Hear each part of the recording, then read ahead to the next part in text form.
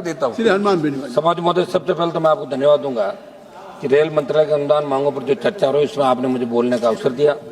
सदन में आज रेल मंत्रालय की जो महत्वपूर्ण चर्चा हो रही है, भारतीय रेल केवल एक परिवहन व्यवस्था नहीं बल्कि देश की आर्थिक और सामाजिक जीवन रेखा है। रोज लगभग करोड़ों यात्री और लाखों टन माल इस व्यवस्था के माध्यम से अपने गंतव्य तक पहुंचते हैं।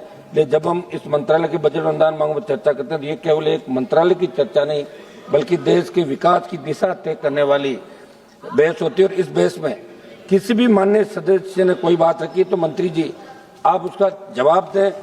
आपके रेलवे बोर्ड के जो चेयरमैन हैं वो सांसदों का जवाब, इसका आप सुनिश्चित करें कि अंदर जो हाउस में हम बोलते हैं कट मोशन लगाते हैं तो प्रॉपर हमारे पास इसका जवाब मिले।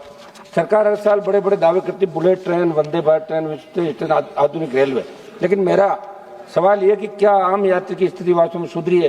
क्या ट्रेन में सफर करने वाला सामान्य नागरिक खुद को अधिक सुरक्षित और सम्मानित महसूस करता है? यात्रियों की सुविधाएं और रियायतों से मुंह मोड़कर केवल हाई स्पीड कॉरिडोर पर फोकस करने से देश के गरीब और मध्यम वर्ग में सरकार के प्रति गहरी नाराजगी, आप इसको दूर करें और गरीब को राहत दें। सर, रेल सुरक्षा जो सबसे महत्वपूर्ण मुद्दा है, ये किसी का हाथ में नहीं। रेल दुर्घटनाएं पहले भी होती है सरकारों के समय।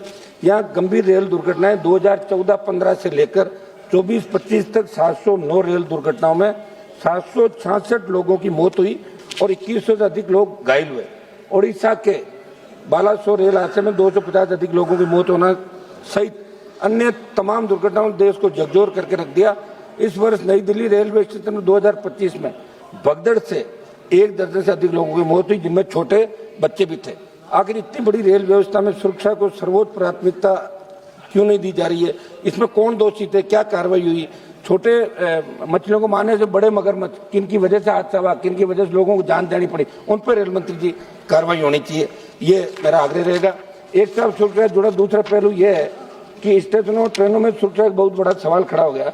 ट्रेनों में सांसद मंत्री भी सफर करते हैं और आम आदमी भी यात्रा करता है। सबकी सुरक्षा करना रेलवे का फर्ज है। देश के कई स्थानों पर बड़ी दमंगई लोगों की चलती है और रेलवे के अंदर का ऐसे में आरपीएफ की नफरी बढ़ाकर इस लोगों के खिलाफ कार्रवाई करनी चाहिए जो रिजर्वेशन कोचों में चढ़ जाते हैं। और आपने कमी जरूर करी, इसमें कोई दो राय नहीं, पहले के बजाय आप प्रयास कर रहे हो। जबरदस्ती चढ़ जाते हैं और तंग करते हैं। जहाँ टीटी और जवान मूक दर्शक बने देखते रहे, इसमें मेरा आग्रह रहेगा कि हथियारबंद लोगों को भी आप इसके अंदर बढ़ाए। एक हादसा हुआ था साहब, मैं उदाहरण दूंगा, राजस्थान के बीकानेर के अंदर अभी पिछले साल जिगर चौधरी जिसने कोच अटेंडेंट से कंबल मांगा था, उसमें उसकी चाकू मार के हत्या कर दी। गुजरात लौट रहे थे, अपने सेना के जवान थे। तो इन घटनाओं से कहीं कहीं देश के लोग विचलित है। रेलवे में खाली पद, सौद मोदे, आज भारतीय रेल में लाखों पद रिक्त पड़े हैं। मंत्री जी ने, आपने फरवरी में लोकसभा के अंदर बताया था 1,43,086 नॉन गेस्टेड पदों पर आप लोग भर्ती कर रहे हैं 24-25 के अंदर। आप जवाब दे तो बताइए वर्तमान में उनकी क्या स्थिति है?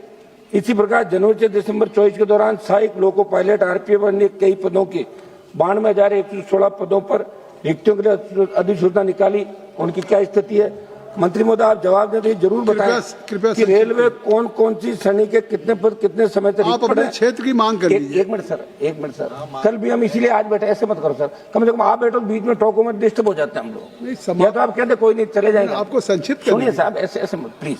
4 मिनट हो गया। रेलवे कौन कौन, कल तो लोग 9 मिनट रगड़ गए रात को, हम तो अभी आपको तो बैठ जाता हूँ मैं, बताओ आप बोलिए, आप बोलिए कौन कौन सी श्रेणी के कितने पद। अब आप हमें क्षेत्र तक मत रखो साहब, हमारी खुद की पार्टी स्टेट के अंदर, हम तो देश की राजनीति करें, आप क्षेत्र में पटक रहे हो ले जाके, देश की बात करेंगे। कौन सी श्रेणी के कितने पद भरे, ये सबका मैं मामला उठा रहा हूँ।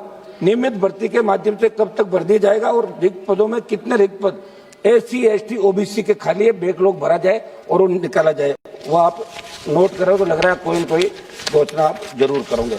यात्रियों को सुविधा अत्यधिक मिले, रेलवे परियोजनाओं के अंदर देरी, ये साहब परबतसर किशनगढ़ रेल लाइन मेरे वहां की राजस्थान की घोषणा हो गई, आज तक काम नहीं हुआ, इसके अंदर आप करें।